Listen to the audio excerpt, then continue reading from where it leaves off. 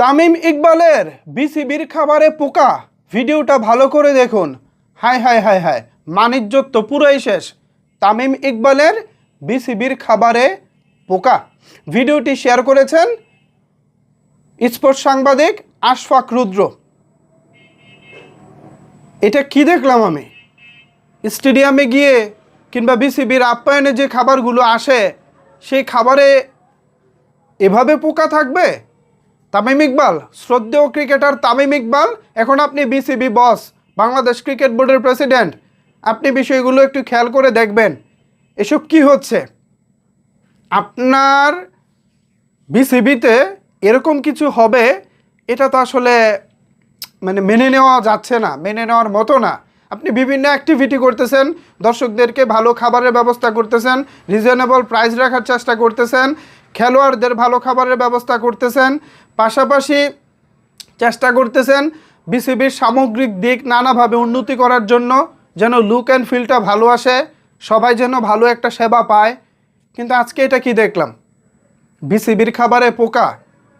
এটাও আশফাক রুদ্র শেয়ার করেছেন, যিনি হচ্ছে একজন স্পোর্টস জার্নালিস্ট।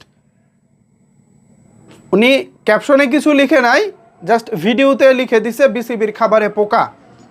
এখন এটা কি আসলে কোনো একটা প্রিমিয়ার লিগের বিষয়, নাকি মাঠের গ্যালারিতে দর্শকদের থাকা খাবারের, নাকি বিসিবির নিজেদের জন্য তৈরি কোনো খাবার? যে কোনো কিছু একটা তো হবেই। সো যাই হোক না কেন, দর্শক হোক, খেলোয়াড় হোক, বিসিবির নিজেদের জন্য হোক, ভাই এটা তো আসলে মেনে নেওয়া যায় না। তামিম ইকবালের উচিত এখানে আরও ভালোভাবে কাজ করা। বিসিবিতে যে দুর্নীতিগুলো হয়, এর আগের বোর্ড প্রেসিডেন্ট আমিনুল ইসলাম বুলবুল বিভিন্ন দুর্নীতির বিষয়ে ঘাটাঘাটি করতে গিয়েই যতটুকু শুনেছি তার চেয়ারটা নাই হয়ে গেছে। এখন তামিম ইকবাল কি পারবেন শক্ত হাতে এই দুর্নীতিগুলো দমন করতে? তার কি সেই মেরুদণ্ড আছে? সেটা হয়তো সামনে জানা যাবে। তবে আপাতত খাবারে পোকা থাকাটা বিসিবির জন্য সবচেয়ে মানহানিকর, বিসিবির জন্য সবচেয়ে লজ্জার। এখন এই ঘটনাটি আসলে তামিম ইকবাল কতটা তদন্ত করবেন সেটা সময় সাপেক্ষ ব্যাপার, বা সেটা সামনে জানা যাবে।